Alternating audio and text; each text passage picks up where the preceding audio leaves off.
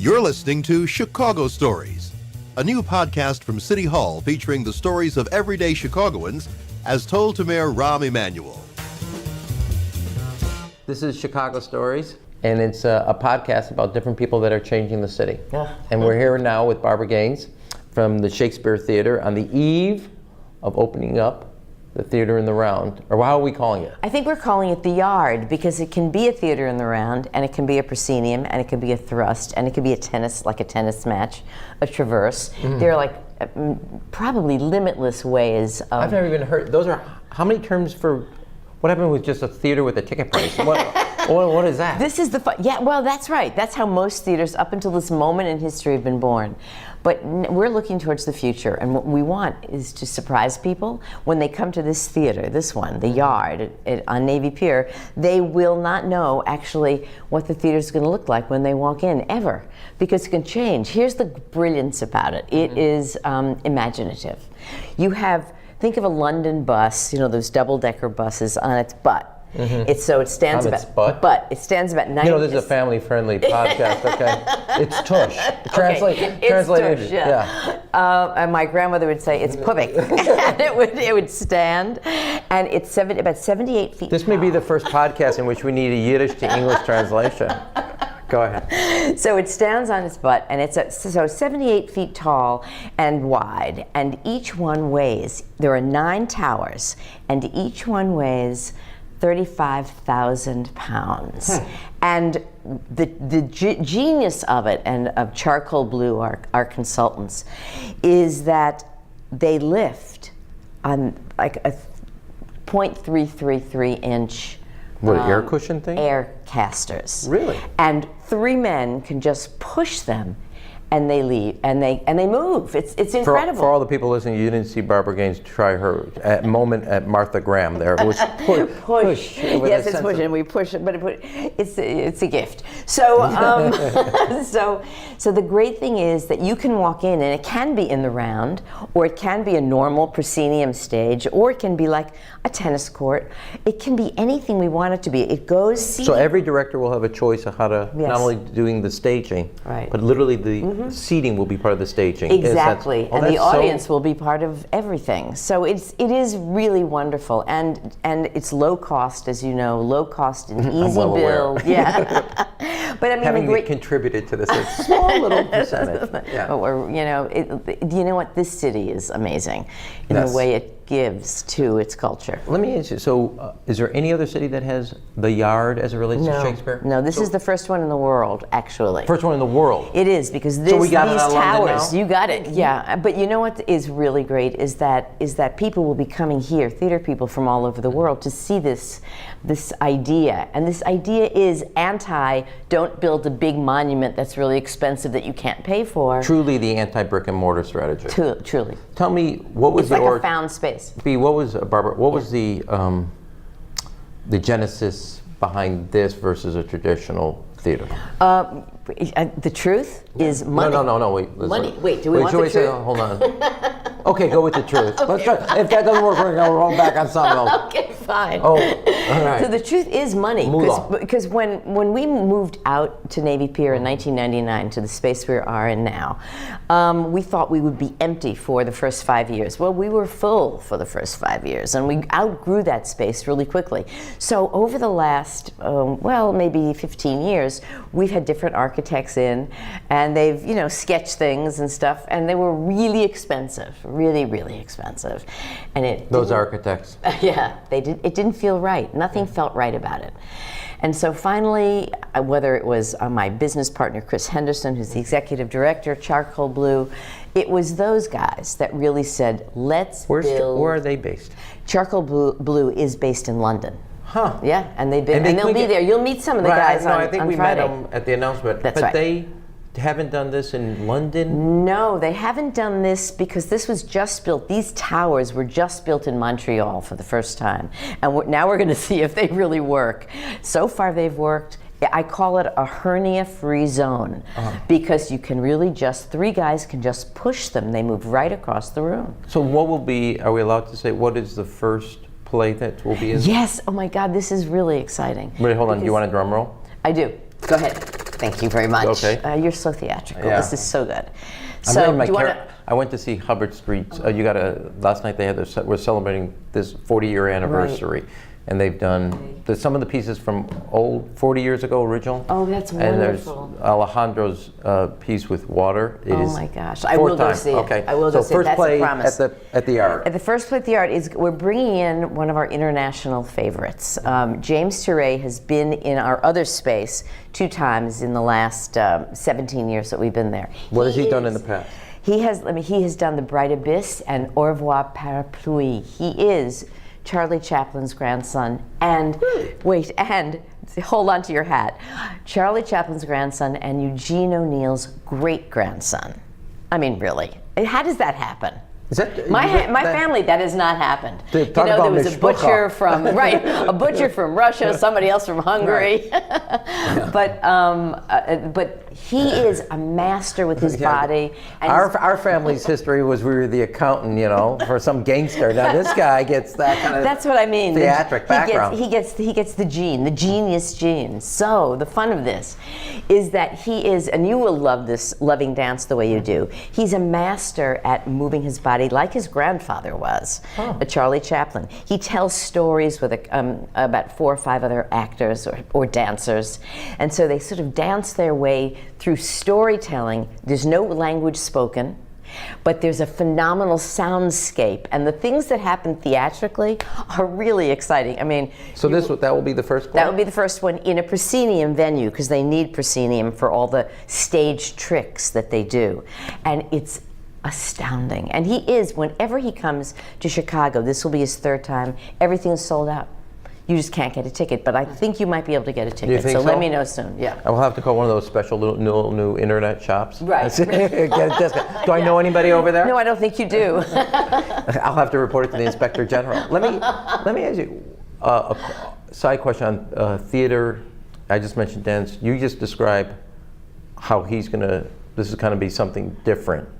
Why do you think last 5, 6, 7, I don't know how long, years, it's a recent phenomenon where the walls that used to separate, that was theater, this was opera, that was symphony or music, this is dance. Those walls are coming down, and different forms of artistic expression now are collapsing or jumping the tracks into other things. Why do you think? Hey, this is my interview, man, okay? If I wanted to answer that question, what is this, biblical, rabbinical? I'll answer the question. I'll give you mine after you give you. Okay, fine. Folks want to hear from you. Okay, well, in all honesty, I think that times are changing very quickly, and that we all have to change or become extinct. And I think in Chicago especially, you have over 200 theaters. That's a hell of a lot of competition. And let me say, from the smallest to the biggest, you get great work. I mean, it has no idea. Numbers or size does not matter here in Chicago. It is the talent within, and there's a hell of a lot of it. And then you have the Cubs and that other team on the south side. And so there is so much competition. I feel like we have to make it fun. We have to make it an event every time we do a show. And so it has to be surprising. If it's not surprising, then they're not going to come. The buzz, there won't be any buzz. Sometimes I wish it weren't like that, because sometimes things, by the nature of what they are an event. But do you agree, though, that the walls or the lines that used to separate different art forms are either eroding or... I'm glad that they are. You are. I'm glad that the Joffrey is working with the lyric for that first show next season. I think it's sensational. I mean, if I can, Ashley and I have been talking about this for a long time, but we did something together, the Joffrey Ballet, and it was just a rehearsal, and Chicago Shakespeare. And in all honesty, just watching those dancers, I didn't care what anyone was saying, because I couldn't take my eyes off the dancers. So I told the truth, that is the truth, to Ashley. And we still haven't quite figured it out. Because when Fabrice is dancing, in all honesty, everybody kind of stops and watches. You just do. It captures, yeah. So my theory is, that for a longer period of time, there was this kind of collapse between what was called high and low art. Right. And I don't think that it scratched the itch. And now I'm slightly twisting high and low, my hands are up and down, to more, okay, why wouldn't dance and theater somewhat? I find more dances now where choreographers are having dancers talk, which that was a taboo. Right, right. And as you just said, more theater or expressions where words are not enough, and now they're going into the language of the body. That's right. That's right. And I just think it's another way of kind of breaking barriers and seeing if we can find another way to make an expression. And attracting more people. I mean, look, when you come to see James Tiret, you'll want to bring your children and every child you know, only because it's astounding and you've never seen anything quite like it. And so breaking down the barriers, and by the way, there are other barriers to break down too. The barriers of where a person lives in the city, a barrier of economics, so all of that we want to break down too, because everybody deserves art. Everybody. So Barbara, and you've done that with your free nights of Night Out in the Park. Night Out in the Park. You have done that. We went from 200 as a city to 1,200 events. I know, it's unbelievable. So you're trying to kill us. Slowly with love. So how did you get to Shakespeare? How did I get to Shakespeare? Yeah, in Chicago. Well, that's really interesting because this is even before I met you. I was an actress here, and I came back. I was in New York for a little while, and I came back here. New York is my home, and then obviously I've stayed in Chicago.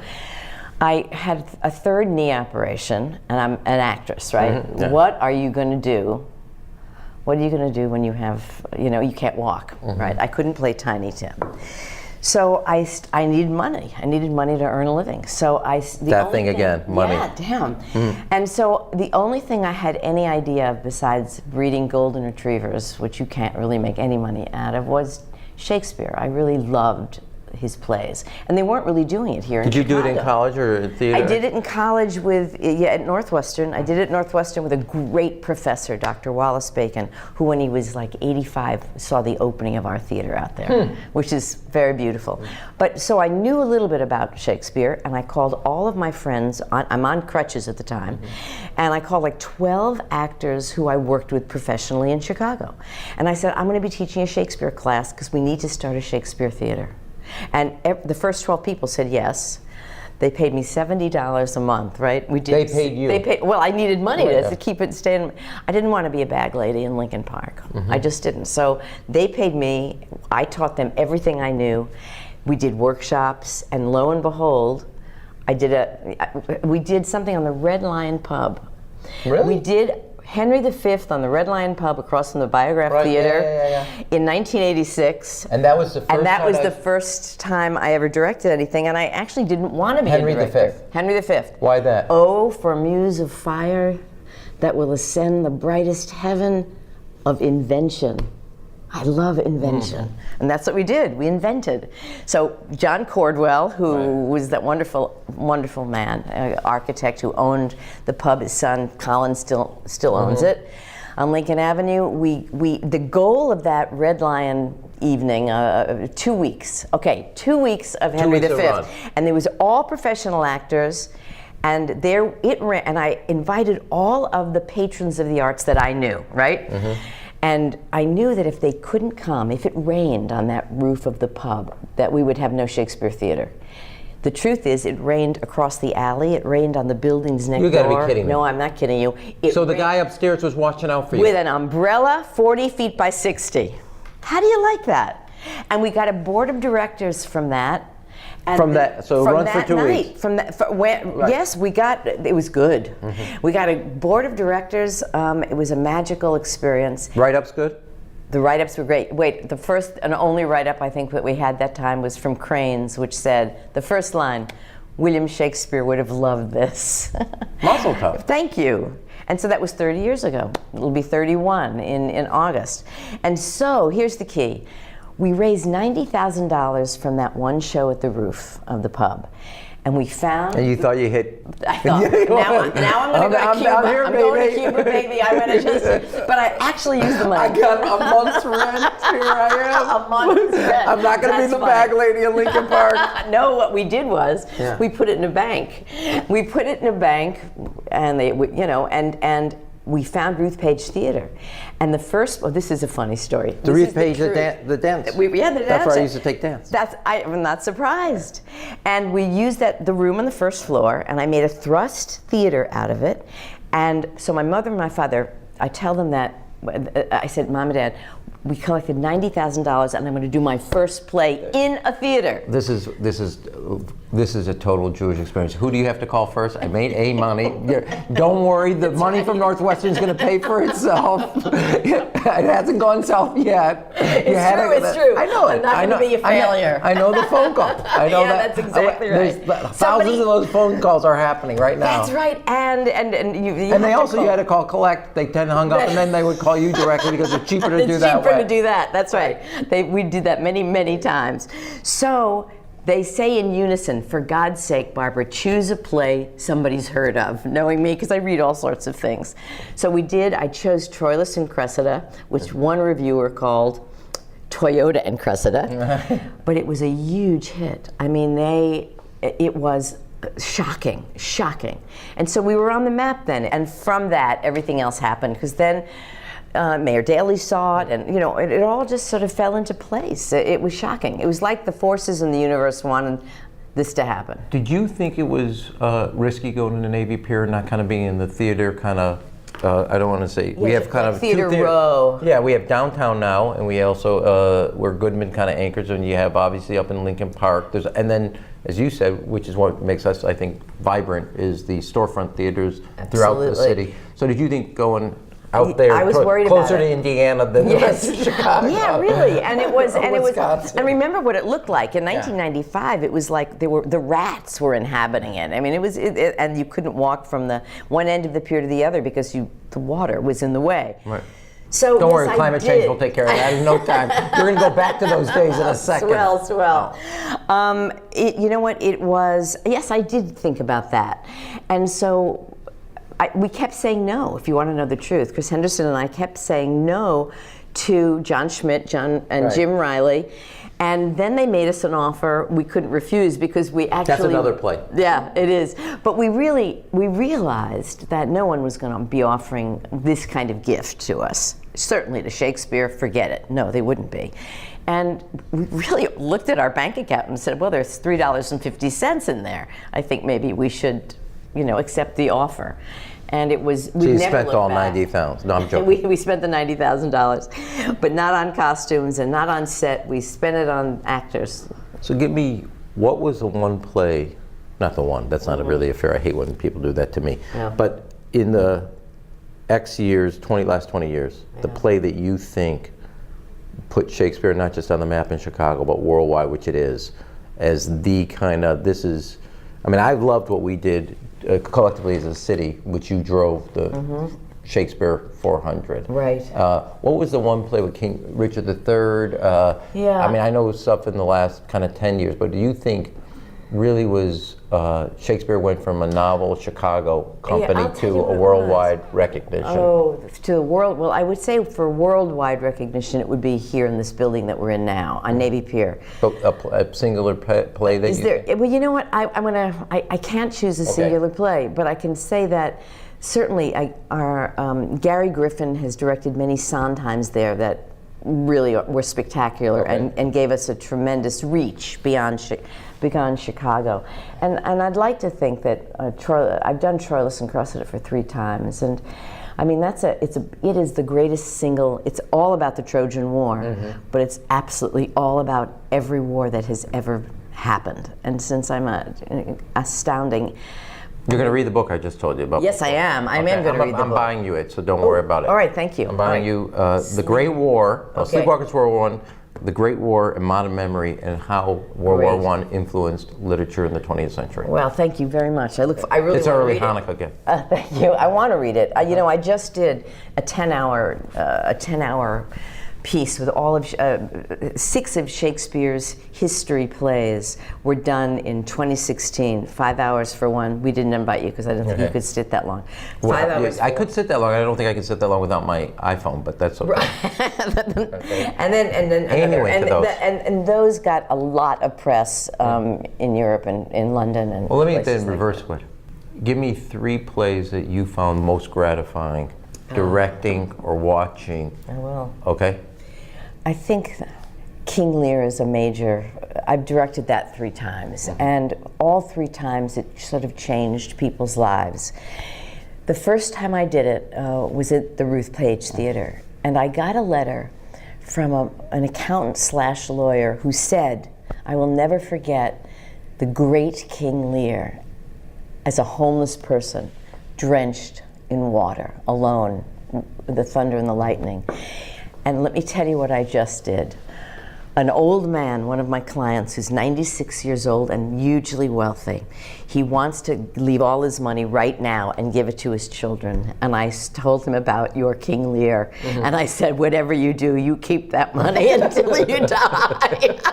Don't give it to those ungrateful kids. Exactly. All right, so King Lear. King Lear. And I think the other one, I mean, I think the Book of Joseph made a huge impression on people because it was about, you know, not just, it was basically about immigration and governments and how people are so, there's so much prejudice against people who really, we were all immigrants, right? Everybody was an immigrant. So the concept of being anti-immigrant is hard for me to understand. Antithetical to us. Pardon me? It's antithetical to who we are. That's exactly right, and we're proud of it. So it was filled. You couldn't get a seat for that one. And you know, I also think that we do a lot of plays for children in the summertime, and Shakespeare in the Park, singularly, as a part of a night in the park, your program, that goes to 18 parks all over the city. A lot of them in the south side, a lot of them on the west side, a couple in the north side. And last year, I don't know if you know this number, 30,000 people came to see Shakespeare, free Shakespeare in the parks. And they always say, what are you doing next year? Now, because it's 6 years this summer. It's our 6th season. Yeah, it's fantastic. No, it is really great. And so they come with lawn chairs and food and meet the actors after the play. And it was my own, listen, I mean, when I saw, Amy and I saw you guys. You saw Garfield Park. Garfield Park, and I called you up the next morning and I said, where did this come? And then you said, yeah, I think it was BMO Harris and Boeing. You said, Boeing, right. So I called this two CEOs, and I said, I'm in if you're in to get you another season. Then it's been growing ever since. And that's how Chicago was. It's but Shakespeare then became Hubbard Street, Joffrey, Chicago Symphony, this Mexican dance company, this Indian. Right. I love the Indian dancers that we do, and we do the green shows, all of us, right, with neighborhood artists that do something before the show begins. So it's like it brings the community out in the summers for fun, and there's nothing better. And you open doors, don't you? You open windows. Kids see totally diverse groups throughout the city. Well, first of all, it does talk about collapsing walls. It reinvents what our parks are about. That's They're exactly not just for sports, they're also for culture. Culture, and everybody's invited, and you don't have to pay a penny.